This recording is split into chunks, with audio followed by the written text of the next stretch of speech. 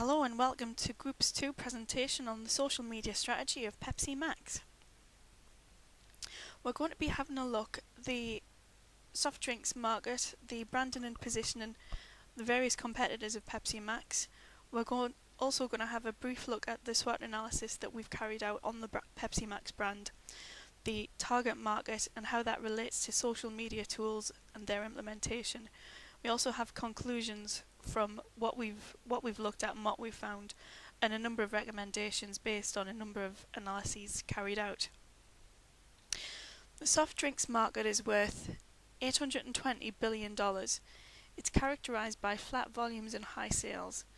In emerging markets there is a staggering potential for growth, but investment is needed on a long-term basis to make that possible.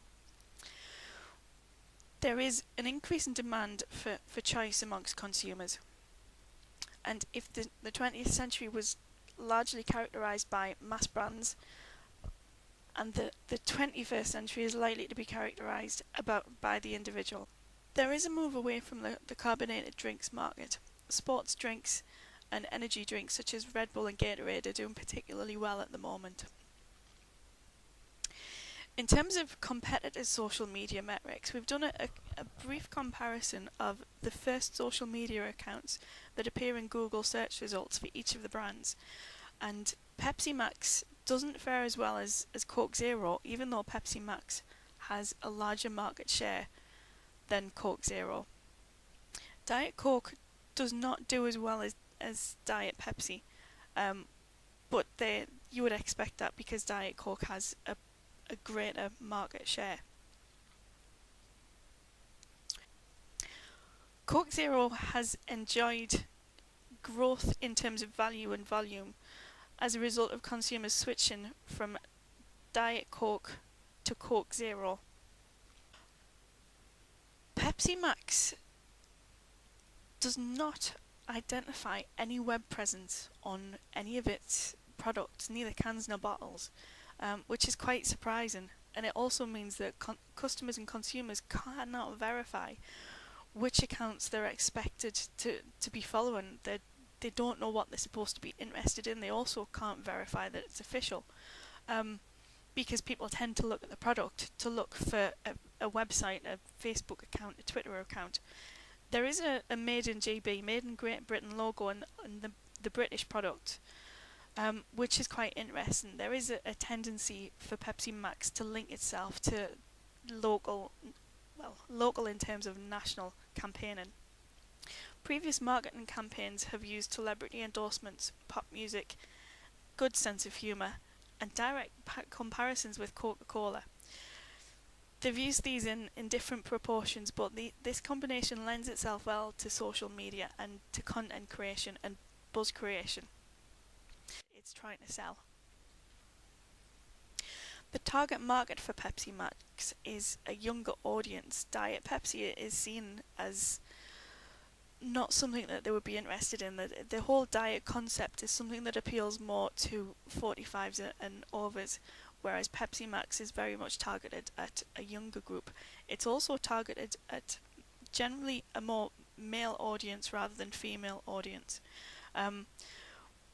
But Pepsi has a number of challenges in terms of appealing to both genders at the same time, and also making the correct associations amongst the various product ranges. With regard to the SWOT analysis, we have carried out a SWOT analysis for Pepsi Max. We think their strengths are partnering with PepsiCo portfolio brands. They've already done that fairly well in terms of Doritos in the US and a number of other brands. As Pepsi Max is the second largest brand in terms of soft drinks in the world, therefore they have a very high profile. There is constant product innovation, there are also aggressive marketing strategies, and there are innovations within the specific marketing campaigns. And as already mentioned, their combination of celebrity endorsements and a few other factors mean that it's a brand that should lend itself very well to social media campaigning through buzz creation. And as a result of all that, it is quite uniquely placed because this isn't an approach that other soft drinks companies take. In terms of weaknesses, if you don't like another brand in the portfolio, specifically a Pepsi brand, this could affect a purchasing decision. Pepsi and Pepsi Max have made strong significant investments in social media platforms, and while the campaigns themselves have been very successful in terms of the number of consumers they've reached, there has been limited sales growth to support the investment. There are many opportunities with consumers looking for healthier options to full-fat sugary alternatives. There's growing popularity in the Asian markets, and there are lots of possibilities with regard to future collaboration. The health issue is going to be an ongoing threat. It's probably something that's not going to go away. The economic downturn still means that people are less likely to spend as much disposable income on soft drinks as maybe they once were. Coke Zero and Red Bull are both really tough competitors, and they're both very good at marketing. There's specific links to diabetes of all carbonated drinks, and again, this is something that isn't going to go away. Specifically with carbonated drinks, sales has been down by 3%. Sorry, pressed the wrong button. Pepsi Max has shifted its entire online presence to social media channels. It doesn't maintain a traditional website. It does have a web presence, which is an amalgamation of various content and posts from different social media channels. On first look, it does look really good. It looks very innovative, but when you dig further down, it's repetitive content. There's not really any sort of substantial information about the brand on the website. It's very much repeating information from social media channels. However, the target market fits with the demographic of particularly social media and Twitter. However, we have spotted some fairly significant obvious gaps. With regard to Twitter, the celebrity endorsement campaigns could easily be adapted for Twitter to engage people in conversations. This isn't happening at the moment. Twitter is very much being used as a broadcast medium, which we think is something that needs to improve. Pepsi Max has built up a large fan base on Facebook. The content's quite good. It applies itself well to the newsfeed on Facebook. However, there are so many pages that it's confusing to customers and consumers on where they should go to, what they should be looking at. So there needs to be a review and a reduction in number if Pepsi Max does not want to go down to a single Facebook page. With regard to Pinterest, there's a massive opportunity with regard to the female audience that dominate the platform, and if that could be combined with a partnership with a sports fashion brand, Adidas is the obvious choice that we came up with. We think this could be a really strong marketing campaign.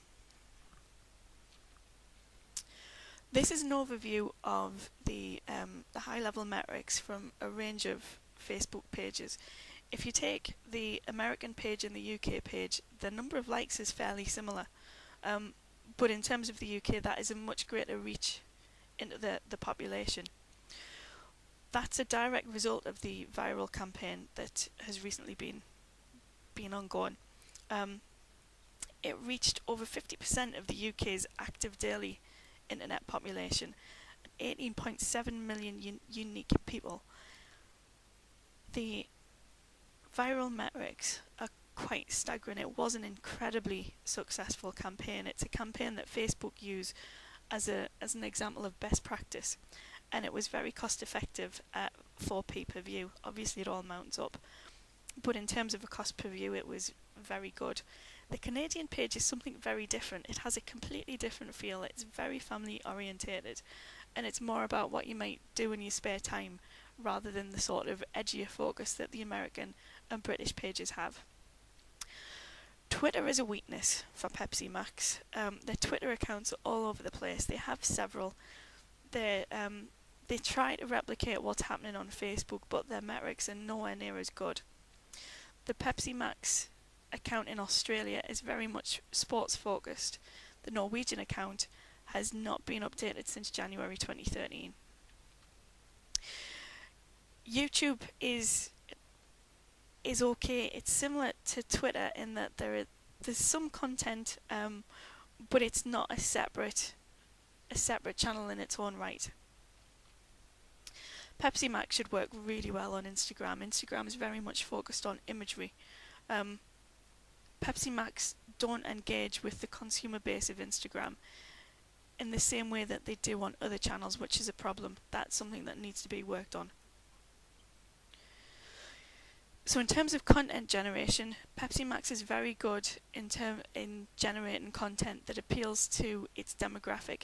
It appeals to both the demographic of Facebook, and it also appeals to broadly the demographic of Twitter, but there needs to be work on the conversational aspect of the way Twitter is used.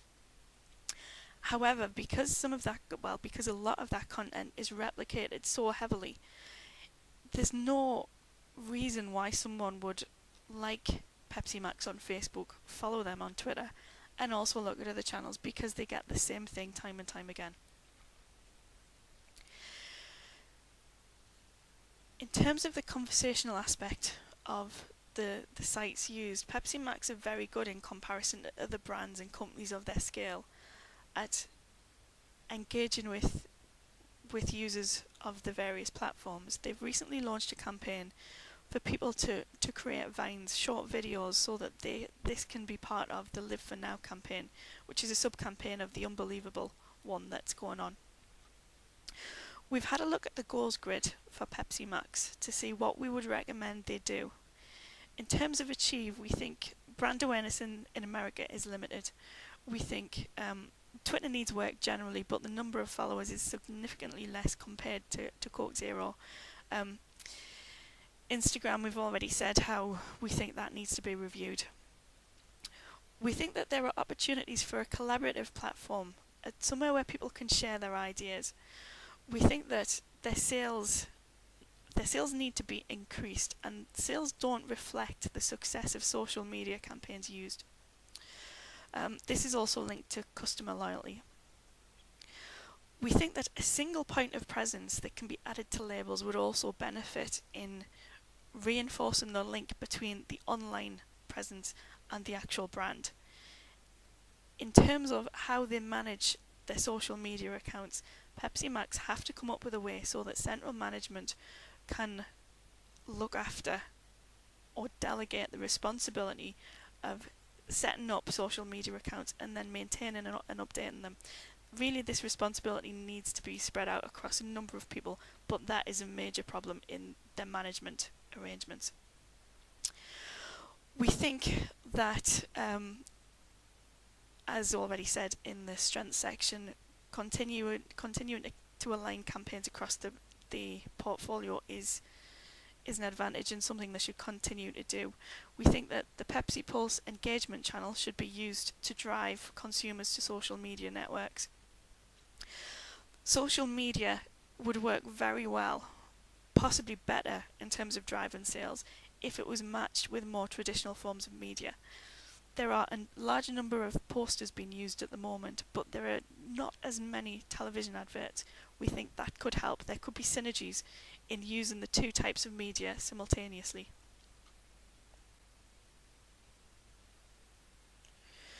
In terms of eliminating, we think that obviously there isn't the correct management arrangements, but if there's any organisational bureaucracy that affects the growth of the brand, that stops these different aspects linking up and becoming a single coherent campaign, they need to be eradicated. We don't have any firm evidence to say that's the case, but the implications of the evidence that we've seen that things are happening in silos suggests that could be a problem. We think that Pepsi Max having no sugar should be disconnected from the link with soft drinks to diabetes. We think that the target for the sales increasing for Coke Zero in 2013 is a real worry, and that Pepsi Max need to take that on directly through some of the methods that we've used. There are also opportunities for For Pepsi Max to be branded as a more healthy option, given the fact that it has no sugar, I think it's too closely associated with other carbonated drinks. There have been a huge amount of hashtags in relation to Pepsi Max. There hasn't been a concerted campaign on social media, but you always have to be aware that that could happen. In terms of what to avoid, we do think that a continued link to Diet Pepsi and a lack of brand differentiation across the portfolio is something that needs to be eradicated. The continuing link to Diet Pepsi is something that will not always be an advantage. That needs to be looked at very closely, because as the continuing emphasis on health gains ground, it's not going to go away. Pepsi Max could outshine Diet Pepsi, and it doesn't want to be anchored down by a brand that couldn't be as successful as a result. We've had a look at the social marketing compass, and we think that the two main values that Pepsi needs are honesty and integrity. We think that looking at the two roadmaps, that Pepsi Max follows those roadmaps. Whether or not that's intentional, we're not sure, but they do follow those roadmaps fairly well. We've just outlined here how. We've also suggested an alternative route at the bottom, incorporating the television campaign that Pepsi Max could make more use of to support the social media campaign. We also think that the website should be specifically for Pepsi Max rather than all of the Pepsi brands, again to provide a differentiation.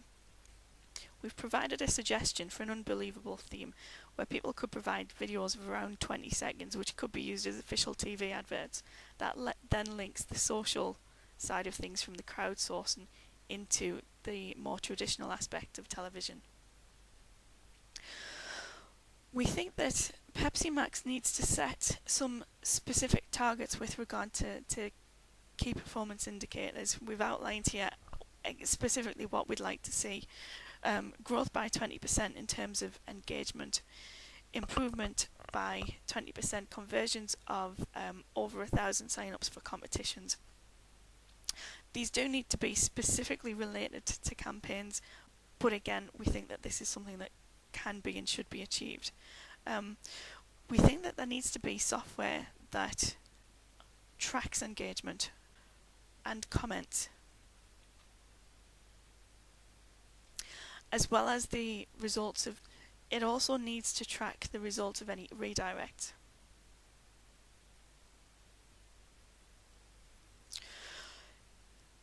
Specific benchmarks need to be over a range of different periods.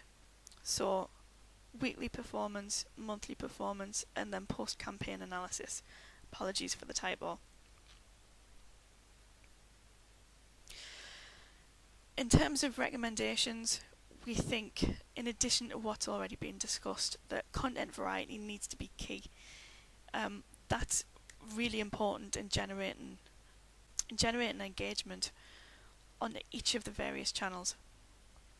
If a site's used to target a particular country, this should be clear because it's not at the moment. We've also made a number of recommendations in terms of how that content should be provided. This is linked to management arrangements. Overall, Pepsi Max uses social media incredibly well. The key aspect is to turn a successful marketing campaign into higher sales. Social media used in place of a website means there is a lack of depth of information about the brand and products available, and a lack of differentiation on each individual brand. Repetitive content bores brand advocates. There is a lack of clarity over which social media account is to be engaged with. The website interface is very innovative and complements their approach to social media, which in general complements the entire brand. Let's skip to the good bit.